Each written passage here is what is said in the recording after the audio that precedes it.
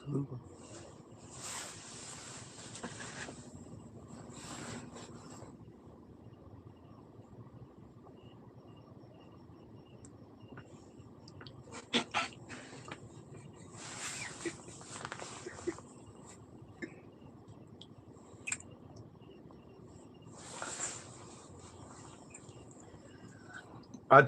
এই লাইভে আপনারা যারা এসেছেন, যারা আমাদেরকে শুনছেন, তাদের কাছে আমাদের পক্ষ থেকে আপনাদের আজকে যে বিষয়, যে টপিক, টাটাকে তাড়াতে এক মঞ্চে বিজেপি তৃণমূল, তার অজানা ইতিহাস।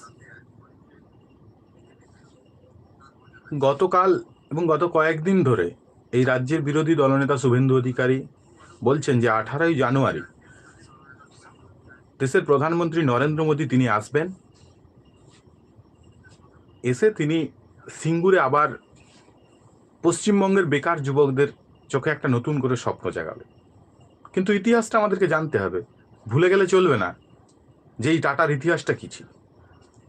এই রাজ্যে যখন বাম সরকার চলছে, সেই বাম জমানায় তৎকালীন সময়ে শিল্পে উন্নতি, পশ্চিমবঙ্গের বেকার যুবদের চোখে তাদের জন্য একটা কর্মসংস্থানের দিশার রূপরেখা পরিকল্পনা আঁকা হয়েছিল।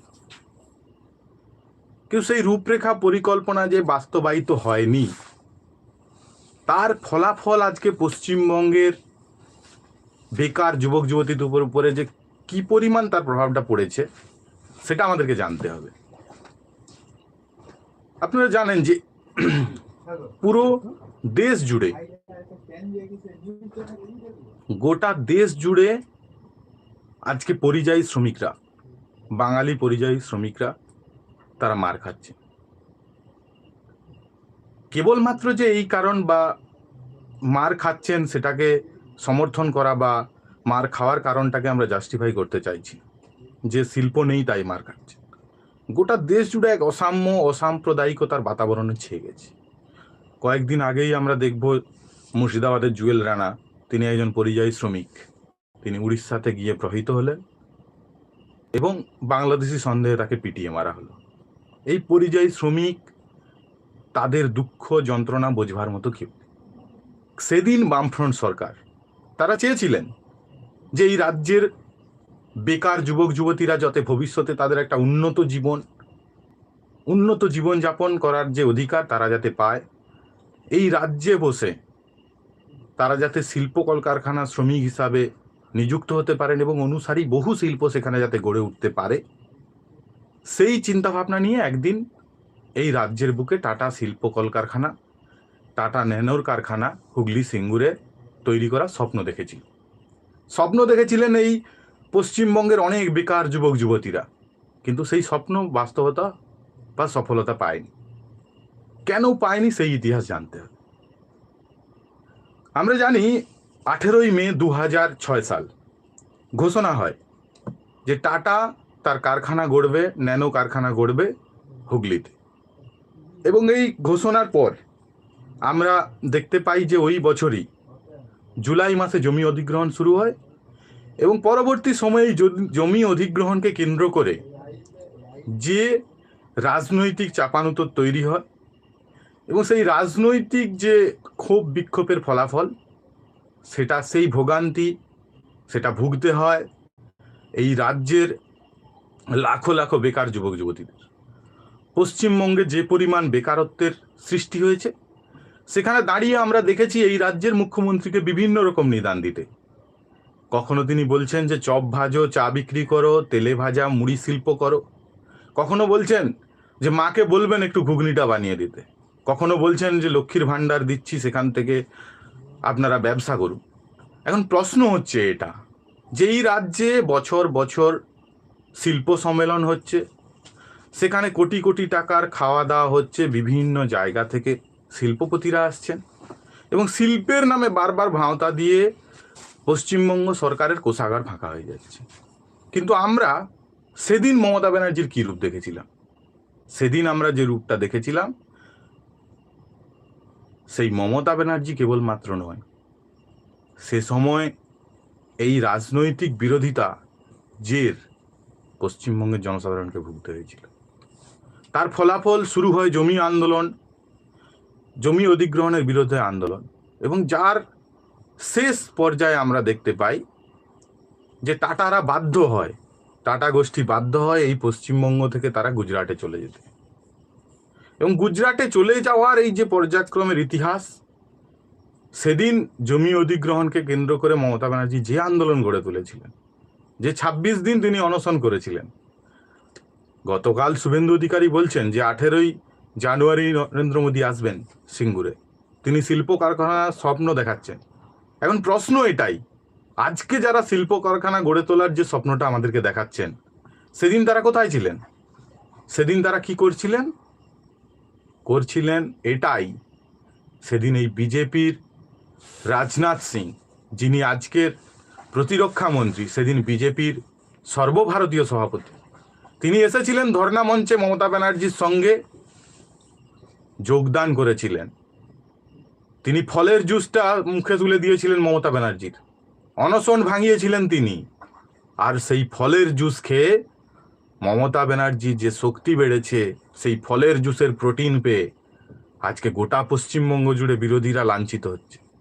এবং বিরোধিতার যদি প্রশ্ন বলি, সেদিনকার ইতিহাসে আমরা দেখতে পাবো যে বিজেপি সেদিন মমতা ব্যানার্জির হাত ধরেছিলেন, যে বিজেপি সেদিন বারবার মমতা ব্যানার্জিকে সমর্থন করেছিলেন, যে বিজেপি একসাথে কাঁধে কাঁধ হাতে হাত মিলিয়ে লড়াই করে সেদিন গুজরাটে টাটাকে ভাগাতে সক্ষম হয়েছিলেন, তাড়াতে সক্ষম হয়েছিলেন পশ্চিমবঙ্গ থেকে, সেই বিজেপি আজকে, সেই শুভেন্দু অধিকারীরা বলছেন, শুভেন্দু অধিকারী আজকে দল বদলেছেন 2021 সালে, দল বদলে তিনি বিজেপিটা করছেন, কিন্তু তিনি কি বোঝাচ্ছেন না মমতা ব্যানার্জির জন্য শিল্প কলকারখানা হয়নি। তারা বলছেন নন্দীগ্রামে যা ঘটনা, যে সন্ত্রাস, এখন বলছেন যে ওই শুভেন্দু অধিকারী জানে, আর কখনো বলছে মমতা ব্যানার্জি বলছে শুভেন্দু অধিকারী জানে, আবার শুভেন্দু অধিকারীরা মমতা ব্যানার্জিকে বলছেন। আমরা বলছি যে আপনি ঘাস ফুলে ছিলেন, এখন বড় ফুলে গিয়েছেন, কিন্তু আপনারা ফুল বদলালেন, কিন্তু নীতিগত প্রশ্নে আপনারা সেদিন বামেদের বিরোধিতা করেননি, আপনারা করেছিলেন এই পশ্চিমবঙ্গের যে যুবক, বেকার যুবক যুবতী, তাদের বিরোধিতা। মানুষের স্বপ্নে আপনারা কালো কালি ছড়িয়ে দিয়েছিল। এই রাজ্যের বেকার যুবক যুবতীরা আজকের দিনে দাঁড়িয়ে তারা হতাশাগ্রস্ত। লাখো লাখো স্টুডেন্টরা তারা আজকে স্কুল ছুট হচ্ছে, জেনারেল স্ট্রিমে পড়তে চাইছে না, তারা চাইছে কোনো ইঞ্জিনিয়ারিং কিংবা নার্সিং পেশার সঙ্গে যুক্ত হতে। আজকে আপনারা দেখবেন এই পশ্চিমবঙ্গ জুড়ে প্রায় প্রতিটা একটা বাড়ি ছাড়িয়ে আর একটা বাড়িতে নার্সিং স্টুডেন্ট পাবেন যারা বেকার হয়ে বসে আছেন। 2000-3000 টাকার বিনিময়ে নার্সিং হোমগুলোতে তাদেরকে বেকার শ্রম দিতে হচ্ছে। এই পুঁজিবাদী সিস্টেমের মধ্যে দাঁড়িয়ে যখন মার্ক্সবাদরা সব থেকে বড় প্রয়োজনীয় বস্তু হয়ে দাঁড়ায়, তখন এই বিজেপি, তৃণমূল তারা সাম্প্রদায়িক শক্তিকে নিয়ে খেলা শুরু করে। তখন তারা হিন্দু মুসলিমের রাজনীতিটা করতে শুরু করে। তারা রাজনীতি শুরু করে, হিন্দু মুসলিমে লড়িয়ে দেয়, তারা রাম মন্দির, বাবরি মসজিদ শুরু করে। আমরা বলছি যে মন্দির, মসজিদ, গির্জা, প্রার্থনা সভা এগুলো তৈরি হবে, এগুলো তৈরির দায় দায়িত্ব ওই ধর্মের ধর্মনিষ্ঠ মানুষদের। এগুলো তৈরির দায় কোনো বিধায়কের নয়, কোনো দেশের প্রধানমন্ত্রীর নয়। যখন এদেশে বেকারত্ব চরমে, তখন আমরা দেখছি এই দেশে রাম মন্দির তৈরি হচ্ছে। এই দেশে তৃণমূলের একজন বিধায়ক, যিনি আজকে নতুন পার্টির মোড়ক দিয়ে তিনি শুরু করেছেন বাবরি মসজিদ। আমরা বলছি মন্দির মসজিদে কোনো আপত্তি আমাদের নেই, কিন্তু ভাবনা চিন্তা আমাদেরকে করতে হবে যে মন্দির মসজিদ করার দায়টা পুরোহিত, সন্ন্যাসী, মোল্লা, মৌলবী তাদের, আজকে হুমায়ুন কবির কেন সেই দায় নিয়ে নিচ্ছেন কাঁধে? আমাদেরকে বুঝতে হবে এই পশ্চিমবঙ্গের রাজনীতিতে যখন বিজেপির ভোট সঙ্গীরা, যেমন ভাবে আমরা দেখেছিলাম যে বিহারে প্রশান্ত কিশোর এটা জানতেন যে পশ্চিমবঙ্গে 34 বছর বামপন্থীরা ক্ষমতায় থাকার পরেও 2016 সালের পর 2021 সালে তারা শূন্য হয়ে যায়, তাহলে ভোট কুশলী প্রশান্ত কিশোর জানতেন না যে বিহারের ভোটে উনি একটিও সিট জয়লাভ করতে পারবেন না? ওনার কাজ ছিল এটা, নিজের নাক কেটে পরের যাত্রা ভঙ্গ করা। তিনি সেটাই করেছিলেন। আমরা কি দেখতে পেলাম যে বিহারে যেভাবে গত বিধানসভা নির্বাচনে আমরা দেখতে পেয়েছিলাম যে আসাউদ্দিন ওয়েসির গাড়ির উপরে, কনভয়ের উপরে গুলি চলল, এবং প্রতিটা সিটে যখন মিমের প্রার্থীদেরকে তারা মুসলিমরা যখন তাদের ইগোতে লাগলো এবং তারা ভাবলেন যে আসাউদ্দিন ওয়েসির উপরে গুলি চলেছে, তাই ভোট দিতে হবে। কারা যে এই দেশের মধ্যে বিজেপির সফর সঙ্গী, বিজেপির জোট সঙ্গী, আপনি বুঝতে পারবেন। এখন সেই হাত থেকে সেই বিজেপির জোট সঙ্গীরা যাতে মিম যাতে না প্রসার করতে পারে, তার জন্যই কি মমতা ব্যানার্জি আজকে হুমায়ুন কবিরকে দিয়ে, তিনি যেহেতু জগন্নাথ মন্দির করেছেন, যেহেতু দুর্গাঙ্গন দৌড় করে করেছেন, তার বদলে কি তিনি চাইছেন যে ঘুর পথে তিনি তৈরি করবেন বাবরি মসজিদ? আমরা মসজিদের বিপক্ষে নয়, প্রশ্ন এটাই যে আমরা কি পেলাম? আমরা পেলাম একজন প্রসূতি পশ্চিম মেদিনীপুরে, যিনি জাল স্যালাইন পেলেন, সেই স্যালাইনের বিষক্রিয়ায় তিনি মারা গেলেন, ছেড়ে গেলেন ছোট্ট সন্তানটিকে, ক্ষুদ্র সন্তানটিকে। আপনারা ভাবুন তো, এই রাজ্যে কি ভালো উন্নত চিকিৎসা ব্যবস্থা পাওয়ার অধিকার আমাদের নেই? আমাদের কি জগন্নাথ মন্দির দেখার অধিকারটা সব থেকে বেশি প্রয়োজনীয়? জগন্নাথ মন্দিরটা আমাদের কি সব থেকে বেশি প্রয়োজনীয়? বাবরি মসজিদটা আমাদের কি প্রয়োজনীয় নয়? আমাদের স্কুল কলেজ, আমাদের শিক্ষা ব্যবস্থা, আমাদের বেঁচে থাকার অধিকার, আমাদের খাদ্য সংস্থান, লড়াইয়ের অধিকারটা ছিনিয়ে নেওয়া, প্রতিনিয়ত দৈনন্দিন জীবনে বেঁচে থাকার জন্য যে দ্রব্যমূল্য বৃদ্ধি পাচ্ছে, তার বিরুদ্ধে আমরা কথা বলবো না? কেন কথা বলছেন না বিজেপি তৃণমূল? কেন একবারও কথা বলছেন না যে শুভেন্দু অধিকারী একদিন শূন্য করে দেবেন? 2018 সালের পঞ্চায়েত নির্বাচনে তিনি বলেছিলেন, আজকে শূন্য করে দেওয়ার লড়াইয়ে তিনি নেমেছিলেন, বামেদেরকে শূন্য করে দেওয়া। অনেক বামপন্থী ভাইরা ভাবছেন, যারা পরবর্তীতে বিজেপি হয়েছিলেন, তারা ভেবেছিলেন যে রামে আস্থা করতে হবে, বামে হবে না। কিন্তু আপনারা ভেবে দেখুন তো, এরা কি আদৌ চায় ক্ষমতায় আসতে? এই বিজেপি কি আদৌ চায়? যেই বিজেপির তারা কেন্দ্রে ক্ষমতায় আছে, তারা কি দেখালো? দিল্লির মুখ্যমন্ত্রী 9 বার ইডির সমন এড়ালেন এবং তাকে গ্রেপ্তার করা হলো। এই রাজ্যে 13 বার ইডির সমন এড়ানো মলয় ঘটক, তিনি নরেন্দ্র মোদীকে ফুলের তোড়া নিয়ে স্বাগত জানাতে যান এবং এটি ধরতে পারেন না। কয়েকদিন আগে আমরা দেখলাম যে নিউ টাউনে অমিত শাহ এলেন। যে অমিত শাহ একদিন এসেছিলেন নন্দীগ্রামে আন্দোলন করতে, আজকে সেই অমিত শাহ বলছেন যে তৃণমূলকে উৎখাত করতে হবে। নন্দীগ্রামে তিনি তৃণমূলকে সেদিন সাপোর্ট করতে গিয়েছিলেন, আজকে তিনি মিথ্যে মিথ্যে বলছেন যে আজকে তৃণমূলকে উৎখাত করতে চাই। কিন্তু আমাদেরকে ভাবতে হবে যে এরা আসলে কি চায়, কেন এই কথা বলছেন। এই ইডি সিবিআই তারা বলছে যে ওরা সব জেল মে গয়া হ্যায়। আমাদের প্রশ্ন এটা, তো জেল মে গয়া হ্যায় তো বাহার কিউ আয়া হ্যায়? ও লোক कैसा বাহার আ গয়া রে ভাই? এগুলো আমাদেরকে বুঝতে হবে। ওরা বলছে অনুব্রত মণ্ডল তিনি গরু পাচার করেছেন, তিনি চাল চুরি, দুর্নীতি, বিভিন্ন জ্যোতিপ্রিয় মল্লিক থেকে শুরু করে এই রাজ্যের একাধিক নেতা মন্ত্রীরা, পার্থ অর্পিতা, সমস্ত লোকেরা জেলে গিয়েছেন।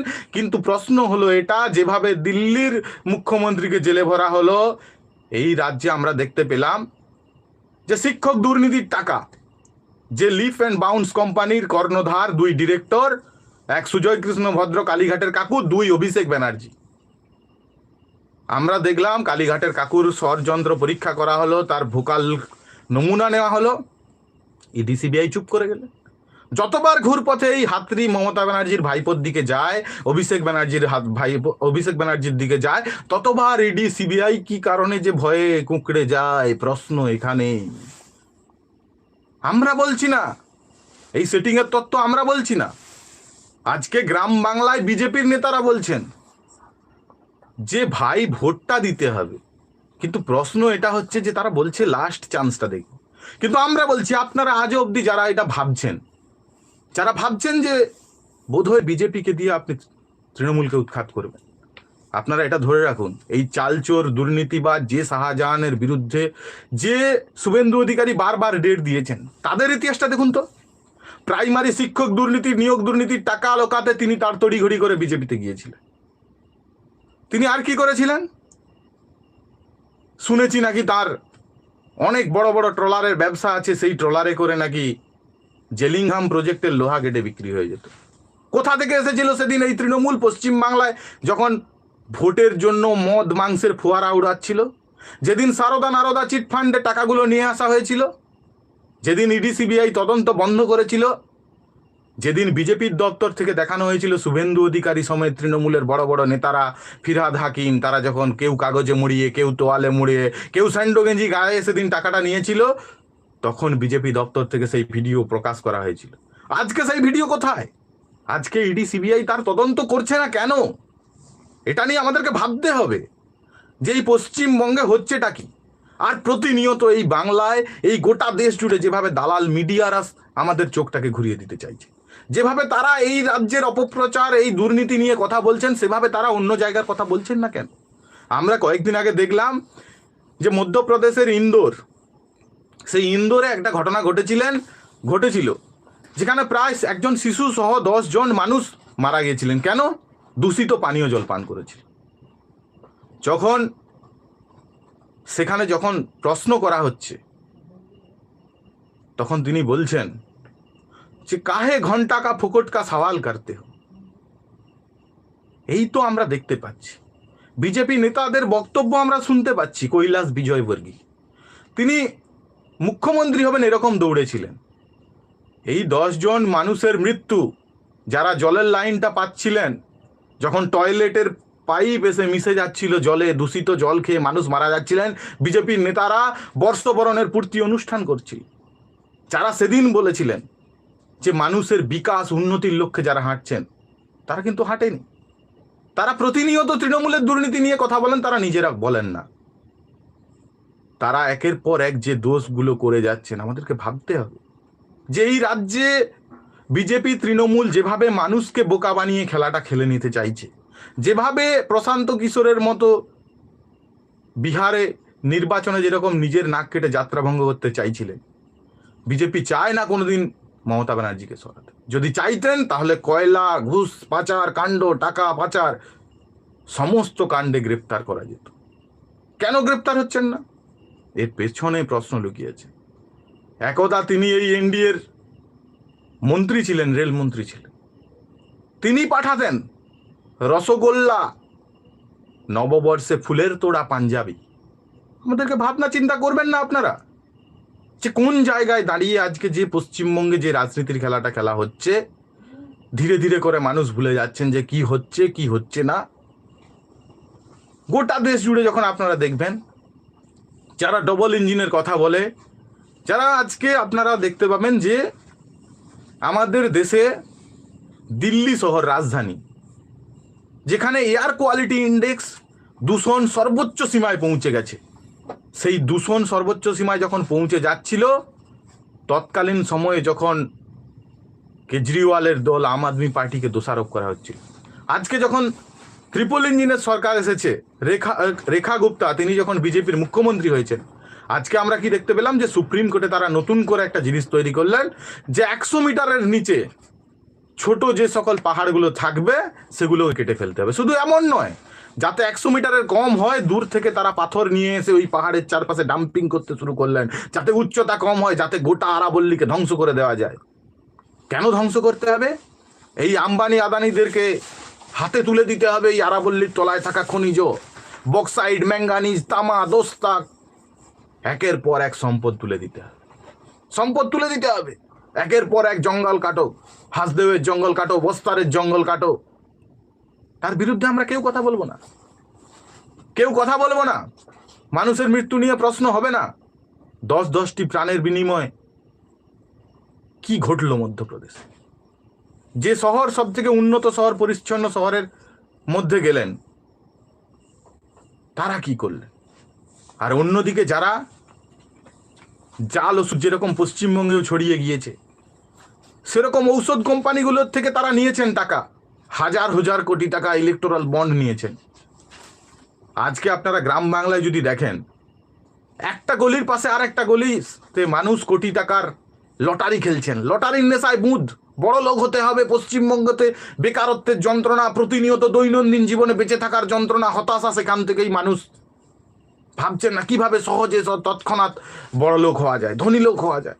প্রতিনিয়ত সোনার দাম বাড়ছে, পেট্রোল, ডিজেল, ঔষধ, খাদ্য পণ্য থেকে শুরু করে আপনারা জানেন যে £1 টাকা 75 পয়সার ওমেসডি ট্যাবলেট, গ্যাসের ট্যাবলেট, অ্যান্টাসিড ট্যাবলেট, আজকে প্যান ডি, প্যান 40 মতো ঔষধগুলো 17, 18, 14 টাকা দামে দাঁড়িয়ে গেছে। দৈনন্দিন মানুষের খাওয়ারের ঔষধ, সুগার, হাই প্রেসারের ঔষধ সব দাঁড়িয়ে গিয়েছে। তখন কিন্তু আমরা দেখতে পাচ্ছি যে তারা কেউ কথা বলছেন না। প্রতিনিয়ত মানুষ আক্রান্ত হচ্ছে।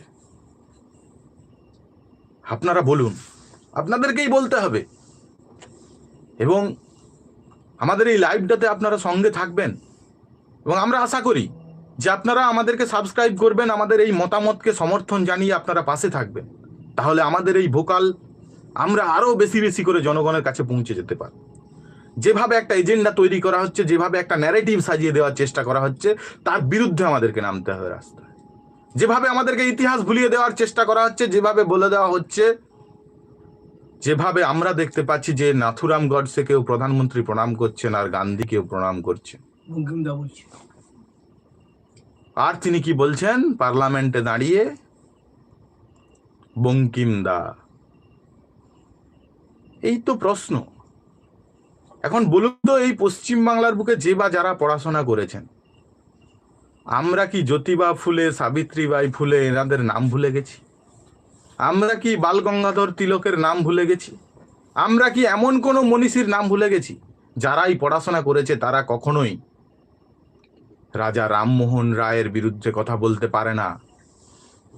বিজেপির মন্ত্রীরা রামমোহন রায়ের বিরুদ্ধে কথা বলছেন তার কারণ নবজাগরণের দূত, বাঙালির মস্তিষ্কের হাতিয়ার পথিকৃৎ রামমোহন রায়, তার যে উন্নত চিন্তা ভাবনা সেটা মনুবাদীদের গায়ে লেগেছে, তাই বিরোধিতা করেছেন। এটা স্বাভাবিক। তারা চাইছেন এই দেশের বুকে মানুষ হিন্দু মুসলিম করতে থাকুক, মসজিদ বনাম মন্দিরের লড়াইটা হোক, রুটি রুজির লড়াইটা ভুলে যাক। এই জিনিস তারা চালিয়ে যেতে চাইছেন।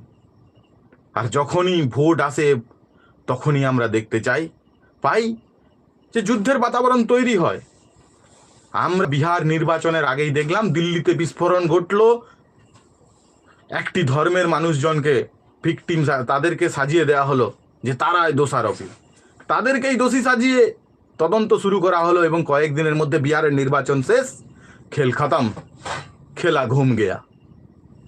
ক্যা হুয়া? আমরা কি দেখলাম না ওই ডাক্তারদের একজনের বিরুদ্ধেও দোষ প্রমাণিত হয়নি, তারা নির্দোষ, তাদেরকে ছেড়ে দেওয়া হলো। যেভাবে সোশ্যাল মিডিয়া, যেভাবে টিভি মিডিয়াগুলোতে প্রচার করা হলো যে ওই মুসলিম ধর্মাশ্রয়ী মানুষরাই একমাত্র আতঙ্কবাদের আঁতুড়ঘর, তারাই এই কাজটি করেছে। বলুন তো কে বা কারা ঘটনা ঘটিয়েছে? যেই গতিতে গদি মিডিয়ারা এই খবরটা ছড়িয়েছিল, তারা কি এর বিরুদ্ধ প্রচারটা করেছিল? তারা কি বারবার চাইছেন না এক শ্রেণীর মানুষদেরকে জোর করে সন্ত্রাসবাদী সাজাতে? কেন চাইছেন না? আমাদেরকে ভাবনা চিন্তা করতে হবে যে প্রতিনিয়ত এই দেশের বুকে যেভাবে বেসরকারীকরণ চলছে, রেল থেকে কয়লা খনি থেকে শুরু করে, তার বিরুদ্ধে আমাদেরকে নামতে হবে। জঙ্গলের তলার কয়লা কেটে পাচার করে দিতে হবে আম্বানি আদানিদের জন্য। আর কয়েকদিন আগে আমরা দেখলাম যে গোটা সোশ্যাল মিডিয়া জুড়ে ট্রলের ঝড় চলছে, যেখানে শাহরুখ খানকে গদ্দার বলে দাগিয়ে দেওয়া হচ্ছে। কেন গদ্দার বলা হচ্ছেন? না বিসিসিআই যখন নিলামের ব্যবস্থা করেছিলেন, আইপিএল টুর্নামেন্টের যখন নিলাম হচ্ছিল, সেই নিলামে কারা সেদিন মোস্তাফিজুর রহমানকে ঢুকিয়েছিলেন? কারা? প্রশ্ন আমাদেরকে ভাবতে হবে। এই বিসিসিআই করেছিল। কিন্তু যখন শাহরুখ খান তাকে কিনলেন, তখন তাকে গদ্দার বলে দাগিয়ে দেওয়া হলো। কেন মোস্তাফিজুর রহমানকে নেওয়া যাবে না? তার কারণ বাংলাদেশে দীপুচন্দ্র দাস নামে একজন সংখ্যালঘু হিন্দুকে খুন করেছিল উন্মত্ত জনতা, মুসলিম ধর্মাশ্রয়ী মানুষেরা। আমরা কোনো প্রকারের খুন, কোনো ধর্মীয়, যে কোনো দেশে কোনো সংখ্যালঘু ধর্মীয় খুন, সন্ত্রাস তার দেখতে অভ্যস্ত নই, বা এর বিরোধিতা একজন স্বাধীনতাকামী, গণতন্ত্রপ্রিয়, সংবিধানকে শ্রদ্ধাশীল ব্যক্তির হওয়া উচিত। কিন্তু সেটা হয়নি। আমাদের ভাবনা চিন্তার বাইরে গিয়ে যে ঘটনা ঘটেছিল, তার দায় কাকে নিতে হলো? মুস্তাফিজুর রহমানকে। এখন প্রশ্ন হলো এটা যে মুস্তাফিজুর রহমান এখানে এসে ক্রিকেট খেলে পয়সা নিয়ে গেলে তাতে দোষ, আর হাজার হাজার কোটি টাকার আদানি পাওয়ার্স থেকে, গোড্ডা থেকে, ঝাড়খণ্ড থেকে যখন প্রায় 1600 মেগাওয়াট বিদ্যুৎ সাপ্লাই করা হয়, আর বাংলাদেশ থেকে হাজার হাজার কোটি টাকার মুনাফা নেওয়া হয়, আর যখন প্রতিনিয়ত বাংলাদেশের চাহিদা মেটাতে চাল থেকে শুরু করে তেল, ডাল, নুন, খাদ্যপণ্য যখন সরবরাহ করা হয়, তার দোষ নেই? কেন দোষ নেই? আমাদেরকে ভাবনা চিন্তা করতে হবে। কেন আমরা বলছি না যে বাংলাদেশকে টাইট দিতে হলো, বর্ডার সিল করে দিন? যদি আপনারা বাংলাদেশের বিরোধিতা করেই থাকেন, বাংলাদেশের বিরুদ্ধে হয়ে থাকেন, তাহলে তো আপনারা মুস্তাফিজুর রহমানের মতো ক্রিকেটারকে, কারণ উনি তো আর খুন করেননি, বা উনি এই যে খুনটাকে সমর্থন করেননি। আজকে বাংলা চলচ্চিত্রে জয়া আহসান থেকে শুরু করে একের পর এক আমরা বাংলাদেশি অভিনেতাদের অভিনয় দেখতে দেখতে অভ্যস্ত। আমরা দেখছি তাদের অভিনয় দেখি, আমরা বাঙালি, এপার বাংলা ওপার বাংলা জুড়ে আমাদের বাংলার যে কালচারাল ব্যাপার স্যাপার আছে সেইটার সঙ্গে জড়িত। কিন্তু আজকে গোটা বাঙালি তারা তাদের বাংলা ভাষার জন্য তাদেরকে বলা হচ্ছে দিল্লিতে বাংলাদেশি ভাষায় কথা বলছে। বিজেপির যে চিন্তা ভাবনা, যে আরএসএস এর যে চিন্তা ভাবনা, যে বাংলায় কথা বললে আপনি বাংলাদেশি, একজন ভারতীয় নাগরিককে তাকে বাংলাদেশে বর্ডার পার করে ফেলে দেওয়া হলো বিএসএফ এর দ্বারা। আমরা বলছি যে এই দেশে হচ্ছেটা কি? একজন নাগরিক কেবলমাত্র তার ধর্মীয় পরিচয়, তার মুখের ভাষার জন্য তাকে কাঁটা তার ছুঁড়ে ফেলা হচ্ছে, আর আমরা সবাই চুপ করে থাকবো, এটার বিরুদ্ধে ভাববো না যে এই বিজেপি পশ্চিমবাংলায় তারা কি গেমটা খেলতে চাইছে। যারা বিজেপি ক্ষমতায় আসার পরে দিল্লিতে মাছের মার্কেট বন্ধ করে দিতে চায়, যারা বাঙালির দৈনন্দিন দিনের মাছ ভাতটাকে বন্ধ করে দিতে চায়, তাদের বিরুদ্ধে আমাদেরকে কথা বলতে হবে। যারা বাঙালির সম্প্রীতিটাকে ভঙ্গ করে দিতে চায়, সেদিন বঙ্গভঙ্গ 1905-এ বঙ্গভঙ্গ রদ করার জন্য সেদিন হিন্দু মুসলমানরা সেদিন একত্রিত হয়ে লড়াই করেছিল, অরন্ধন পালন করেছিল। আজকে সেই বাঙালিকে একে অপরের বিরুদ্ধে লড়িয়ে দেবেন, হিন্দু মুসলিমের খাতায় আপনারা ভাগ করে দেবেন। কেন ভাগ করবেন? কেন এই বিষটাকে ছড়িয়ে দেওয়া হচ্ছে? এই বিষের ফলাফল কি? এই বিষের ফলে আমরা কি পাবো? কেন এই সম্প্রীতির বাংলায় আমরা আজকে কাজী নজরুল ইসলামকে আমরা অন্য ধর্ম ভাববো? আমরা কেন ভাববো না যে শ্যামা সঙ্গীত, একাধিক শ্যামা সঙ্গীত তিনি লিখে গেছেন কাজী নজরুল ইসলাম? সেদিন আমরা কথা বলিনি। আজ রাজা রামমোহন রায়, কাজী নজরুল ইসলাম, বিদ্যাসাগর, স্বামী বিবেকানন্দের মাটিতে দাঁড়িয়ে আমরা সাম্প্রদায়িক ঘৃণার বাতাবরণে বিষ বাষ্পে জর্জরিত হচ্ছে, আমাদের চিন্তা ভাবনা বিঘ্নিত হচ্ছে। আমরা এটা ভাবছি না যে যারা বছরে 2 কোটি টাকা 2 কোটি চাকরির কথা বলে এসেছিল, আজকে আপনারা ভাবুন তো, 2014 থেকে আজকে 26 সালে পদার্পণ করেছি, এত বছরে যদি 2 কোটি করে চাকরি হতো, আমার আপনার পাড়ায় 2টো করে কেন্দ্র সরকারের চাকরি থাকতো। আজকে চাকরি কোথায়? আজকে হোয়াটসঅ্যাপ ইউনিভার্সিটিতে মানুষ পড়াশোনা করছেন, বলছেন স্বাধীনতা 99 বছরের লিজে নেওয়া হয়েছিল।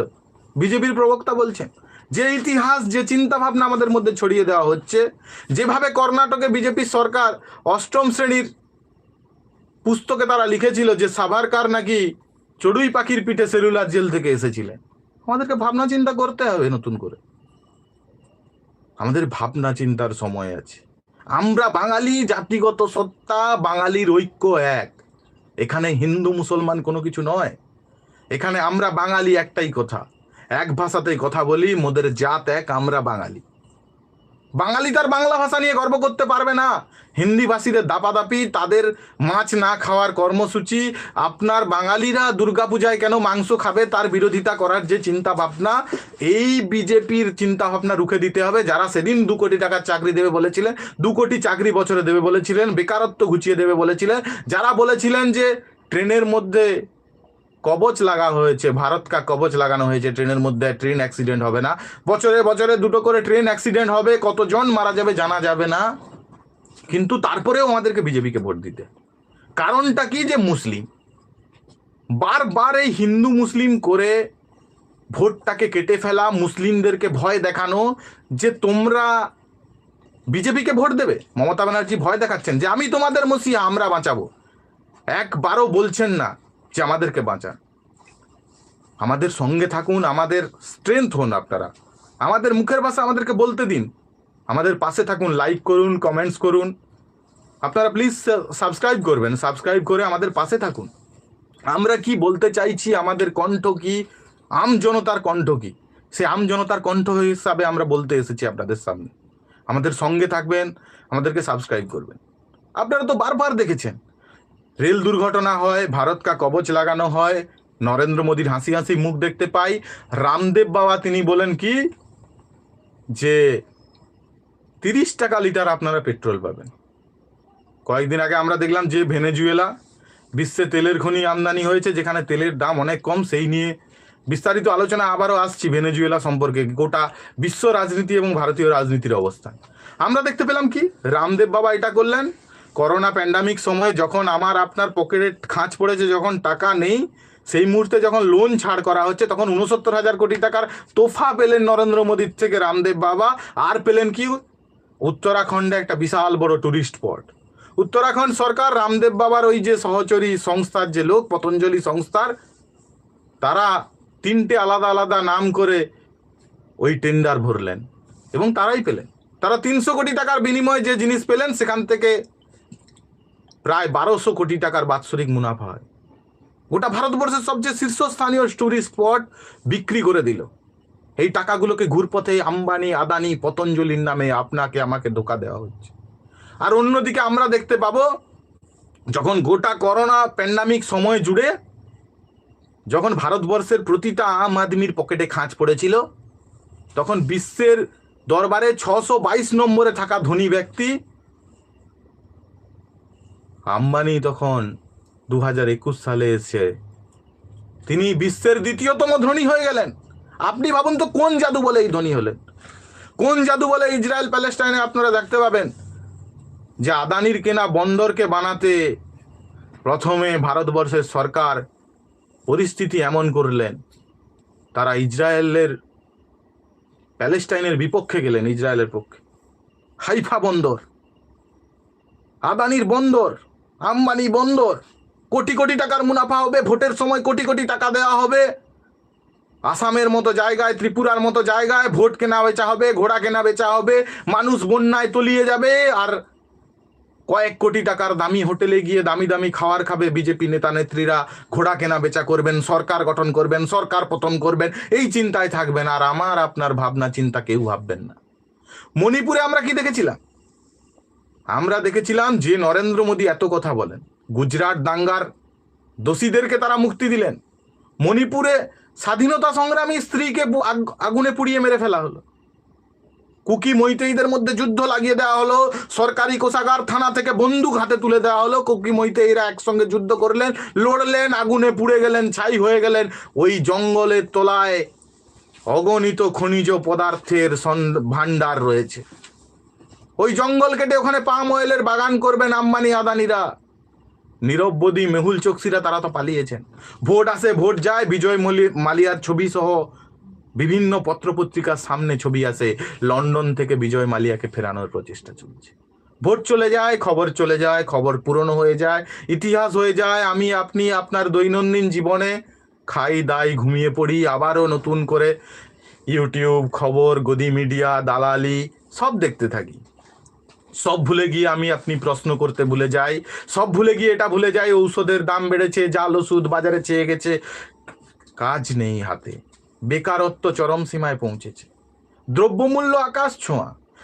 যখন ক্রুড অয়েলের দাম ছিল কংগ্রেস সরকার, সেই সরকারের সময় যখন ক্রুড অয়েল $200, যখন করোনা প্যান্ডামিক সময়ে ক্রুড অয়েলের দাম $170, $120, $100 মধ্যে হচ্ছে, তখন তারা 65 টাকা লিটারে পেট্রোল বিক্রি করেছিলেন।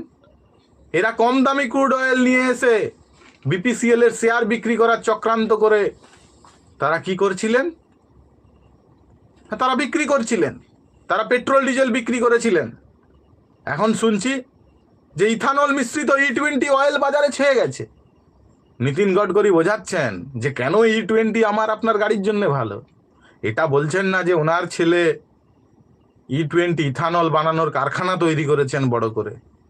যেভাবে অমিত শাহর ছেলের সম্পত্তি বেড়েছে, জয় শাহর সম্পত্তি বেড়েছে, যেভাবে মমতা ব্যানার্জির ভাইপোর সম্পত্তি বেড়েছে, হার্ডওয়্যার দোকান থেকে 1000 কোটি টাকার মালিক, কত অগন্তি কারখানার স্টেক শেয়ার হোল্ডার হয়েছেন।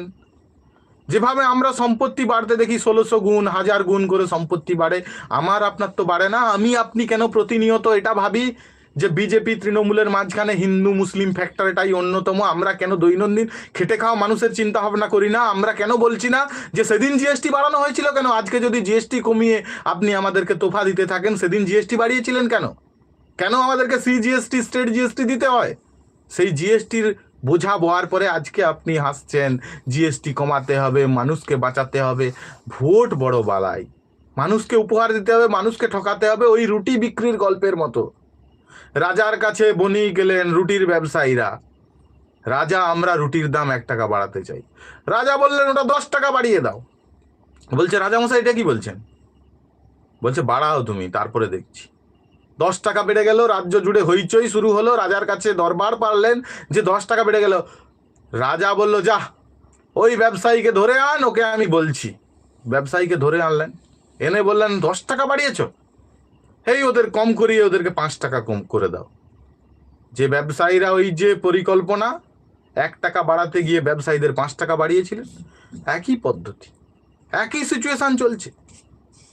আদানি আম্বানিরা আসেন নবান্নের 14 তলায়, অমিত শাহ আসেন, দামি দামি খারাপ খাবার খান, নিরামিষ ভোজন করেন, দই খান, সন্দেশ খান, রাবড়ি খান, দামি পনিরের পাকোয়ান খান, আর সেই পাকোয়ানের লিস্ট আমার আপনার কাছে ঘোরে। আর আমি আপনি যখন আজকের দৈনন্দিন বাজারে তেলটা কিনতে যাচ্ছি, জিএসটি কমে গেল, জিনিসের দাম কমে গেল, 910 গ্রামে 1 লিটার হয়, আজকে 1 লিটার লেখা হচ্ছে 740 গ্রাম, 820 গ্রাম, এখন আর নেই, কমে যাচ্ছে প্রতিনিয়ত। আমাকে আপনাকে ধোঁকা দেওয়ার চেষ্টা করা হচ্ছে প্রতিনিয়ত। প্রতিনিয়ত যখন আদানি উইলমার গোষ্ঠীর হাতে সবকিছু চলে যাচ্ছে, তখন আমাকে আপনাকে ঠকানোর যে ফাঁদ পাতা হচ্ছে, তার বিরুদ্ধে এই রাজ্যের শুভেন্দু অধিকারী থেকে দিলীপ ঘোষরা একবারও কথা বলেন না যে কেন পেট্রোলের দাম বেশি, কেন দৈনন্দিন মানুষের জীবিকার টানা পড়েন চলছে। তারা একটাই কথা বলতে চান, আমরা মমতা ব্যানার্জিকে হটাতে চাই। তার কারণ ওনারা বলতে চান যেভাবে উনি 2021-এর আগে গিয়ে যেভাবে উনি চুরি দুর্নীতি জালিয়াতিটা করছিলেন, 2021-এ ওনাদেরকে সময় দেওয়া হোক। সেদিন অমিত শাহ এসে বলেছিলেন যে 2017 ভাগ মমতা ভাগ, ভাগ মুকুল ভাগ, ভাগ মদন ভাগ, উনি ভাগিয়ে নিয়েছিলেন মুকুলকে। আর একটা আছে অর্জুন সিং নাকি নাম, ব্যারাকপুরে, তিনি আবার দুটো করে ছবি রাখেন, এক সময় নরেন্দ্র মোদী, একটা মমতা ব্যানার্জি। মনে হলেই তিনি ছবি চেঞ্জ করেন, আর এই রাজ্যের জনগণকে বোঝাতে চান যে তারাই খুব দেশভক্ত, তারাই এই তৃণমূল বিজেপির বিরুদ্ধে। আসলে কে যে কার বিরুদ্ধে সে প্রশ্ন বোঝা বড় মুশকিল। আমাকে আপনাকে প্রতিনিয়ত কনফিউজ করে দেওয়া হচ্ছে। আদৌ এই ইডি সিবিআই যখন বারবার তদন্ত করতে এসে থেমে যায়, যখন এই অর্পিতার জামিন হয়, যখন পার্থরা ছাড়া পাওয়ার অপেক্ষায়, যখন অনুব্রত মণ্ডল পুরো দমে আবার বেরিয়ে আসে জেল থেকে, কি অভিযোগ ছিল না অনুব্রত মণ্ডলের বিরুদ্ধে? আমরা বলিনি তো, আমরা দেখাইনি, এই গদি মিডিয়া দেখিয়েছিল। ইডি সিবিআই এসেছেন, কোটি কোটি টাকার দুর্নীতি, হাজার হাজার কোটি টাকার গরু পাচার, কয়লা পাচার থেকে শুরু করে প্রতিটা দুর্নীতি, আর সেই দুর্নীতির ফলাফল আমরা দেখতে পেলাম। তিনি তিহার জেল থেকে ফিট হয়ে বাড়ি ফিরে এলেন। এখন আবার ভোট এসেছে, আবার উন্নয়ন রাস্তার হাতে দাঁড়িয়ে থাকবে রাস্তার ধারে, আর অমিত শাহ বলবেন বিজেপির ছোট ছোট কর্মীদেরকে আপনারা এগিয়ে যান, আপনারা মার খান। ইডি সিবিআই পুলিশ প্রশাসন তারা চুপ করে থাকবে, আর কোর্টে গিয়ে আমরা শুনব সমবেদনা জানিয়ে, সহানুবর্তিতা জানিয়ে শিক্ষক দুর্নীতির নিয়োগগুলোকে ধামাচাপা দিয়ে দেওয়া হবে। প্রতিনিয়ত এই নিয়োগ দুর্নীতি।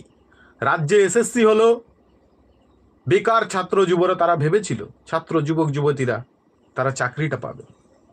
কি ঘটনা ঘটলো, কি দুর্নীতির সিস্টেম তৈরি করা হলো, পদ্ধতিগত কাঠামোগতভাবে দুর্নীতি তৈরি করা হলো।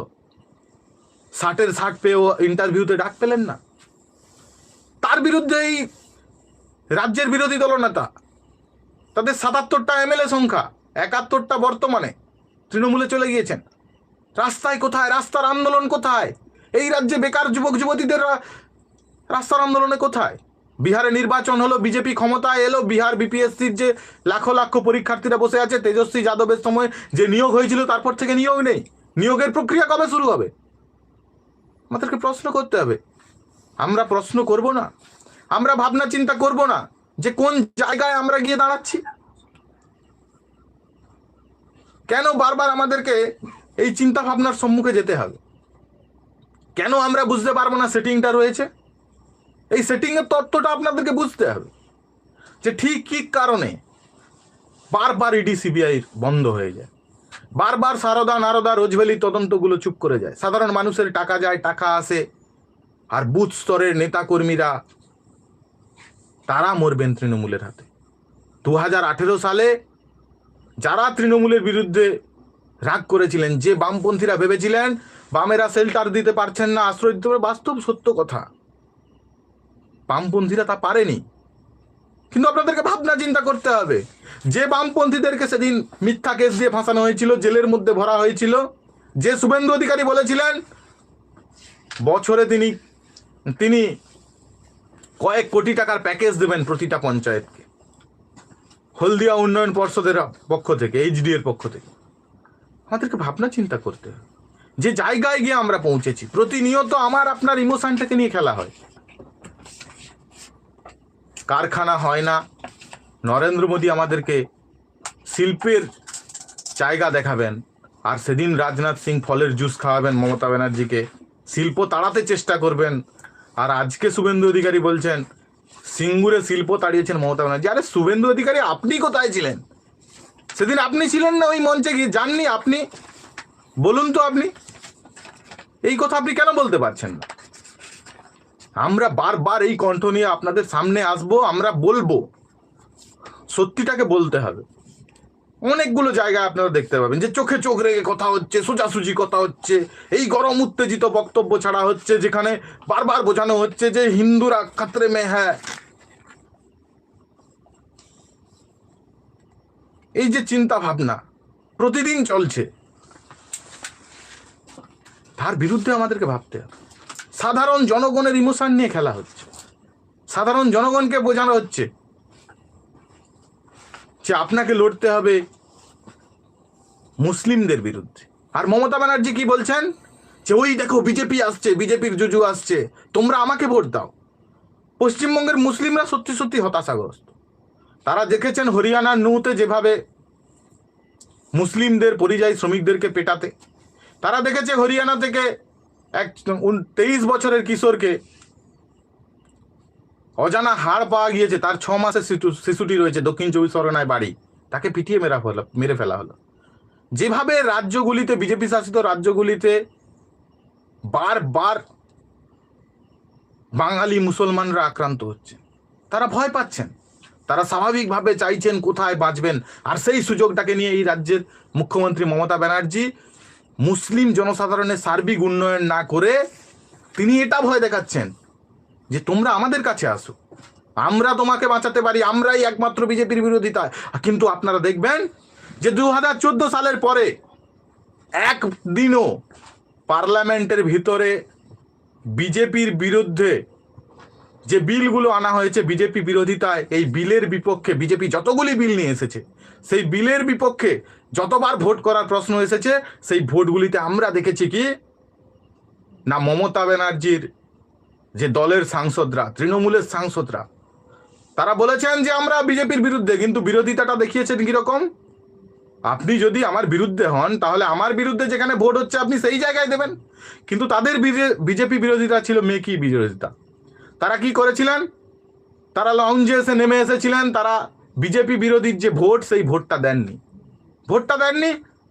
এখানে আপনাকে আমাকে বুঝতে হবে, যেভাবে কৃষি বিল থেকে শুরু করে প্রতিটি বিলের ক্ষেত্রে কালা যে কৃষি আইন, যখন সেই আইনে কৃষকরা জয়লাভ করলেন, দিল্লি সিঙ্গু বর্ডারে যখন শত শত প্রাণের বিনিময়ে যখন কৃষক আন্দোলন সফল হলো, আদানিদের হাত থেকে যখন এই দেশের কৃষি জমি কৃষকরা রক্ষা পেলেন, প্রথম মমতা ব্যানার্জি রাস্তায় নাম। তিনি বলছেন বিরোধিতা করেছিলেন, তিনি এই কৃষি আইনের বিরুদ্ধে ছিলেন। কিন্তু আমাদেরকে ভাবনা চিন্তা করতে হবে, একটা দিনের জন্য পার্লামেন্টে এই কৃষি বিলের বিরুদ্ধে তিনি ভোট দেননি।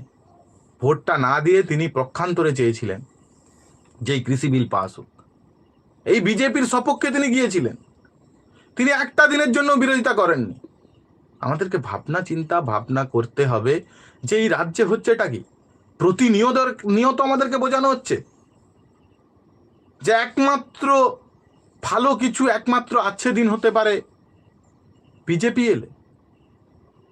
আর প্রতিনিয়ত মমতা ব্যানার্জি বোঝাবেন যে ওই বিজেপি আসছে, দেখো তোমরা মার খাবে, তোমাদেরকে বাঁচতে হলে আমাদের দিকে আসতে হবে। পশ্চিমবঙ্গের মুসলিম জনতা, তাদের কি উন্নয়ন হয়েছে? এই গত বছরে মৌলভী ভাতা পেয়েছে, পুরোহিত ভাতা হয়েছে, একের পর এক ভাতা হয়েছে।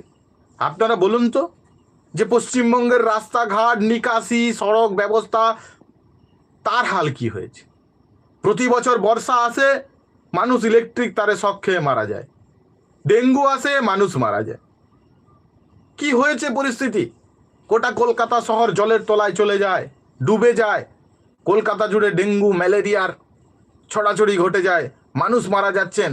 গোটা রাজ্যের বিভিন্ন জেলাগুলো থেকে, শহরগুলো থেকে শুরু করে সরকারি হাসপাতালগুলো থেকে দেখবেন জঞ্জাল, নোংরার আস্তরণে শুধু কেবলমাত্র নীল সাদা রঙের দেওয়াল আর উন্নয়নের বার্তা ছড়িয়ে দিয়ে আমরা দেখতে পাচ্ছি যে নন্দীগ্রামে 2026-এর নির্বাচনের আগে অভিষেক ব্যানার্জি যাচ্ছেন তিনি দাতব্য চিকিৎসালয় খুলতে। আমরা বলছি সুপার স্পেশালিটি হসপিটালগুলো কোথায় গেল? ওই হসপিটালে আপনি যান, গিয়ে দেখুন কটা ডাক্তার রয়েছে, কটা ভালো ইনফ্রাস্ট্রাকচার রয়েছে, কটা উন্নত যন্ত্রপাতি রয়েছে। আপনি সেখানে গিয়ে দেখতে পাবেন না। তারা আপনাদের সামনে দেখাবেন সাংসদ উন্নয়ন তহবিল থেকে মানুষের সামনে যাচ্ছেন, চিকিৎসা করছেন। আমি এর বিরোধিতা করছি না, প্রশ্ন করছি এটা আপনারা যারা ভাবছেন যে এই রাজ্যে তৃণমূল বিজেপি, বিজেপি তৃণমূলের যে বাইনারিটা সাজিয়ে দেওয়া হয়েছে, সেই বাইনারির বিরুদ্ধেও তো একটা নতুন কিছু ভাবনা চিন্তা করা যায়। আমাদেরকে ভাবনা চিন্তা করতে হবে, আমাদের বক্তব্যটাকে সামনে রাখতে হবে। কেন এই সুপার স্পেশালিটি হসপিটালগুলো শুধু নামের নাম খোলা হয়েছে? কেন রাজ্যে নার্সের নিয়োগ নেই? কেন চিকিৎসকদের মধ্যে অসন্তোষ? কেন চিকিৎসক একজন তরুণীকে হত্যা করা হলো, তার বিরুদ্ধে কোনো কিছুই হলো না? কোর্ট চুপ হয়ে গেল, বিচারের নামে প্রহসন তৈরি হয়ে গেল। কারা বিচার? কিভাবে সন্দীপ ঘোষের মতো লোকেরা তারা মানুষকে ধোকা দিলেন? কিভাবে কোটি কোটি টাকার মেডিকেল বর্জ্য বিক্রি, পুরনো সেলাইনের বোতল বিক্রি, সিরিঞ্জ বিক্রি করার টাকা, কোটি কোটি টাকা কার কাছে গিয়ে পৌঁছলো? কেন তারা ছাড়া পেয়ে গেল? সেই তদন্ত কোথায় গিয়ে দাঁড়ালো? একবারও প্রশ্ন করবেন না? একবারও প্রশ্ন করবেন না? আমাদের বেঁচে থাকতে গেলে কাজ চাই, জাত নয়। আমাদের ভাত চাই, আমাদের হাতে কাজ চাই, কর্মসংস্থান চাই। এই কর্মসংস্থান নিয়ে একদিনও কথা বলবেন না আপনারা। কেবলমাত্র কি ভোট এলে উগ্র জাতীয়তাবাদের নেশা চড়ে যাবে মাথার মধ্যে, আপনারা ভাববেন আমাদের শত্রু বাংলাদেশ, পাকিস্তান। আমরা বলছি যে দেশের কূটনৈতিক যে চিন্তা ভাবনা, সেই চিন্তা ভাবনা, কূটনৈতিক স্থিতাবস্থা বজায় রাখার দায় আমাদের কেন্দ্রীয় সরকারে। তার পক্ষে যেতে হবে। আমরা পেহেলগাঁওয়ে কি রেখেছিলাম? যে দুষ্কৃতীরা এলেন, তারা হিন্দু পরিচয় জিজ্ঞাসা করে গুলি করে খুন করলেন। তাতে কি ভারতীয় মুসলিমরা দোষী ছিলেন? কিভাবে ওই বর্ডার পেরিয়ে ওই পাকিস্তানি জঙ্গিরা ভারতবর্ষে ঢুকে এসেছিলেন অস্ত্র নিয়ে? তারা রেকি করে গেলেন, পেহেলগামের মতো এত একটা পর্যটন কেন্দ্রে এলেন, মানুষগুলোকে নির্বিচারে মেরে চলে গেলেন। তার তদন্ত কোথায় গেল? কোথায় গেল পুলওয়ামাতে ওই 44 জন 14ই ফেব্রুয়ারি 44 জন সেনা মারা গিয়েছিলেন, টুকরো টুকরো হয়েছিল বডিগুলো, গাড়িগুলো ভেঙে জ্বলছিল। আমরা দেখেছিলাম নরেন্দ্র মোদী বেয়ার গিলসের সঙ্গে ড্রামাবাজি করছিলেন, নাটক করছিলেন, ছবি তুলছিলেন, শুটিং করছিলেন। 350 কেজি RDX কোথা থেকে এসেছিল? আমরা সতপাল মালিকের বক্তব্য শুনেছি, তৎকালীন রাজ্যপাল, জম্মু কাশ্মীরের রাজ্যপাল সতপাল মালিক, তিনি বলেছিলেন ভারতীয় সেনাবাহিনীর কর্তারা বলেছিলেন যে ওই সেনাদের জন্য এরোপ্লেনের ব্যবস্থা করা হোক। তারা শোনেনি। কিন্তু 350 কেজি RDX এর মামলা কোথায় গেল? আপনি RTI করলেও আপনি জানতে পারবেন না। আপনি প্রশ্ন করলে আপনার বিরুদ্ধে UAPA অ্যাক্ট দেওয়া হবে, দেশদ্রোহিতার আইনে আপনাদেরকে জেলে পড়া হবে। এই আইন নিয়ে আপনি কথা বলবেন না? কথা বলবেন না? যে সিনেমার ক্যারেক্টার ফুংসুক ওয়াংড়ু, সোনম ওয়াংচুক, তাকে জেলের মধ্যে ভরা হলো। আর জেল থেকে কাকে ছাড়া হচ্ছে? কুলদীপ সেঙ্গারকে, এক দলিতা কিশোরী যাকে চাকরির লোভ দেখিয়ে উত্তরপ্রদেশের উন্নাও MLA তিনি ধর্ষণ করেছিলেন। ধর্ষণ করার পর মুখ খুলতে তার বাবাকে পিটিয়ে মেরে ফেলা হলো পুলিশ কাস্টডিতে। এই তো রাম রাজ্য, এই তো যোগী রাজ্য। যে রাম রাজ্যে মুসলিমদের বাড়িতে বুলডোজার চলে, ইফটিচিং করার অপরাধে গুলি করার মতো হুমকি দেওয়া হয়, কেন সেই রাজ্যে একজন ধর্ষিতার পরিবারকে বাঁচাতে পারলো না? কেন কুলদীপ সেঙ্গারকে বাইরে বার করে আনতে হলো? কেন দিল্লি হাইকোর্ট কুলদীপ সেঙ্গারকে জামিনের বন্দোবস্ত করলেন? আমরা ভাববো না? আমরা ভাববো না সেদিন হাতরাসে যেভাবে ওই নির্যাতিতা কিশোরীর দেহটিকে সংবাদ মাধ্যমের চোখের আড়ালে গিয়ে জোর করে বাড়ির লোককে বন্দি করে আগুনে জ্বালিয়ে দেওয়া হয়েছিল, টিভি মিডিয়াকে সেদিন ঘুষ ঢুকতে দেওয়া হয়নি। আর এই রাজ্যের বুকে একের পর এক ধর্ষণের ঘটনা ঘটে গেছে, দেহ পুড়িয়ে দেওয়ার ঘটনা ঘটেছে।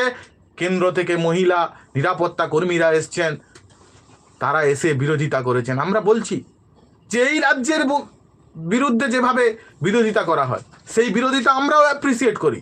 আমরাও বলছি এই রাজ্যের যে তরুণী চিকিৎসক তরুণী অভয়া মারা গেল, তার বিরুদ্ধে আপনারা বিরোধিতা করলেন। শুভেন্দু অধিকারীরা পথে নামলেন, মোমবাতি মিছিল করলেন, মশাল মিছিল করলেন, বড় বড় লম্বা চওড়া বক্তব্য দিলেন। একবারও কি তিনি কুলদীপ সেঙ্গারের বিরুদ্ধে কথা বলতে পেরেছেন? একবারও কি এটা বলতে পেরেছেন সেদিন ভারতবর্ষের ঝান্ডাটা নিয়ে, ভারতবর্ষের জাতীয় পতাকাটা নিয়ে কুলদীপ সেঙ্গারের পক্ষে বিজেপির মিটিং করাটা শোভা ছিল না? একবারও বলতে পারলেন না যেভাবে বিজেপির নেতারা কুলদীপ সেঙ্গারকে বাঁচাতে মরিয়া হয়ে উঠেছিলেন?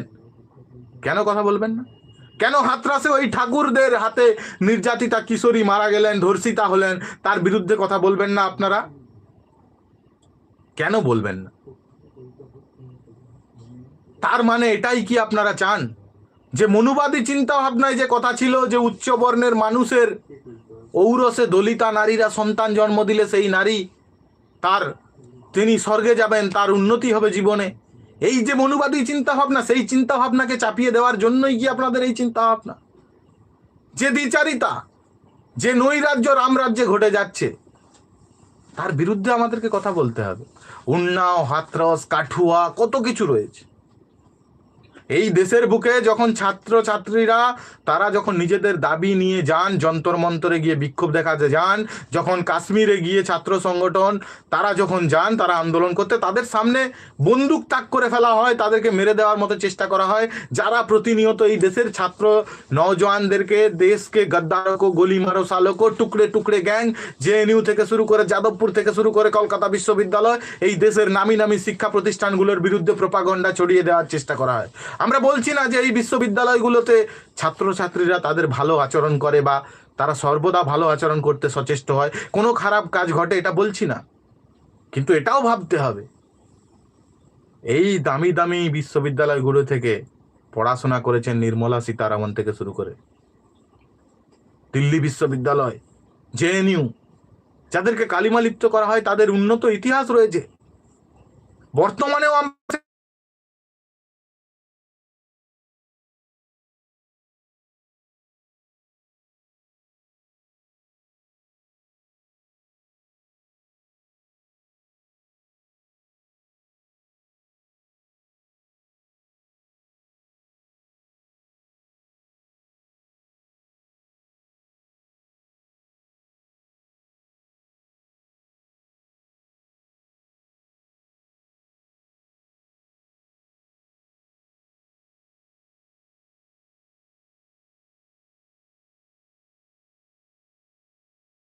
সহপাঠীরা কারা ছিল প্রধানমন্ত্রী নরেন্দ্র মোদীর?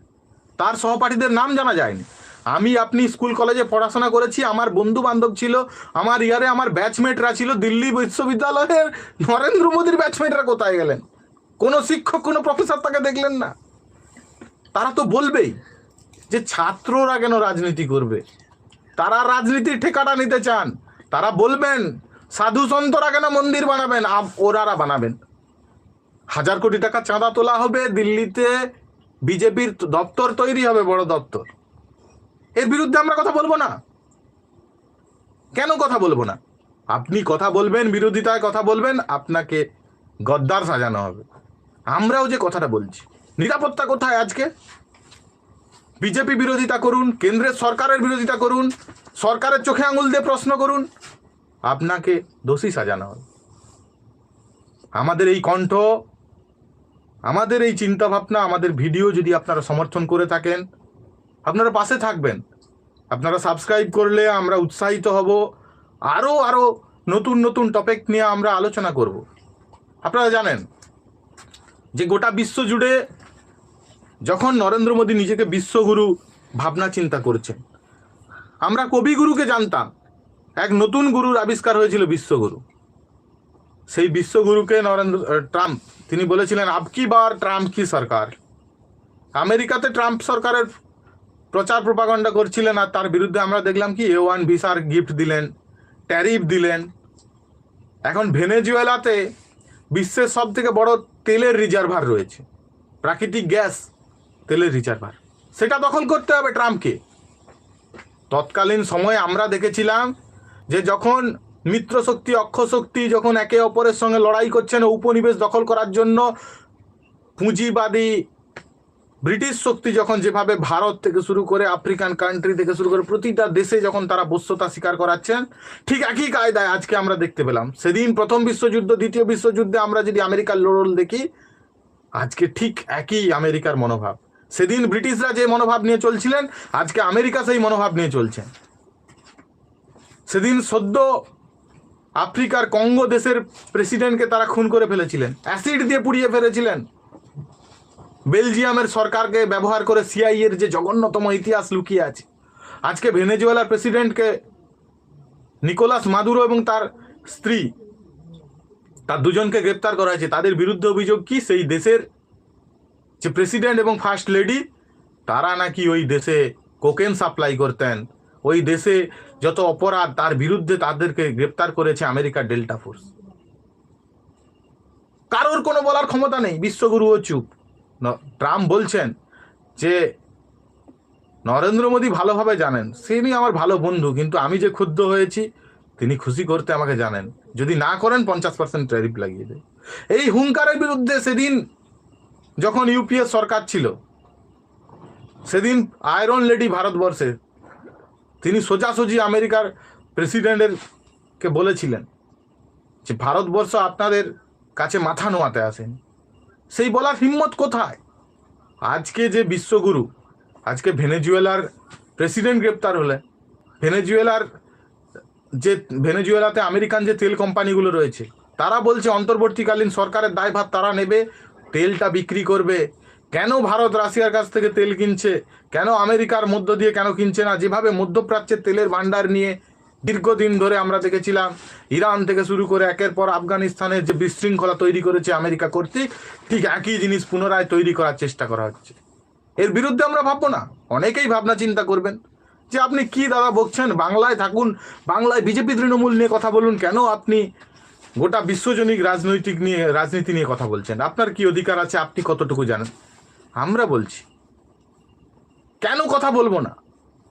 যখন বারবার বিশ্বগুরু বলা হয়, যখন সেই বিশ্বগুরুর মুখ থুবড়ে পড়ে, যখন গোটা বিশ্ব জুড়ে এই পুঁজিবাদী সন্ত্রাসবাদীদের যে নগ্ন আক্রমণের চিন্তা, যে অর্থলোলুপ নেকড়ের মতো যে চিন্তা ভাবনা তাদের জিহ্বা লক লক করে আসে, তার বিরুদ্ধে আমরা কেন কথা বলবো না?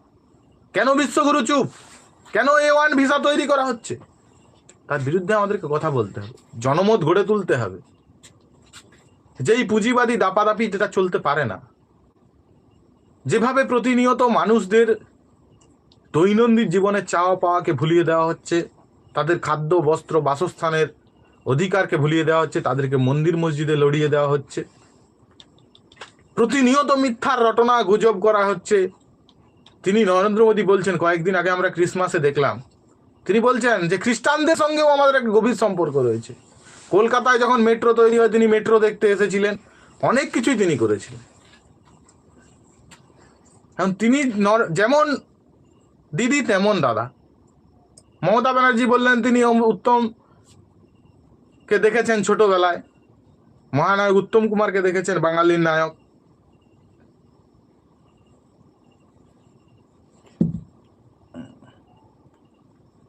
আমাদেরকে ভাবনা চিন্তা করতে হবে যে এই দেশ এবং এই রাজ্য জুড়ে কি হচ্ছে, তার বিরুদ্ধে জনমত তৈরি করতে হবে। আপনারা আমাদের পাশে থাকবেন, আমরা আরো ভিডিও লাইভ নিয়ে আপনাদের সামনে আসবো। সাবস্ক্রাইব করুন, কমেন্ট করুন। ধন্যবাদ। আমরা এখানেই লাইভটি শেষ করছি। নমস্কার।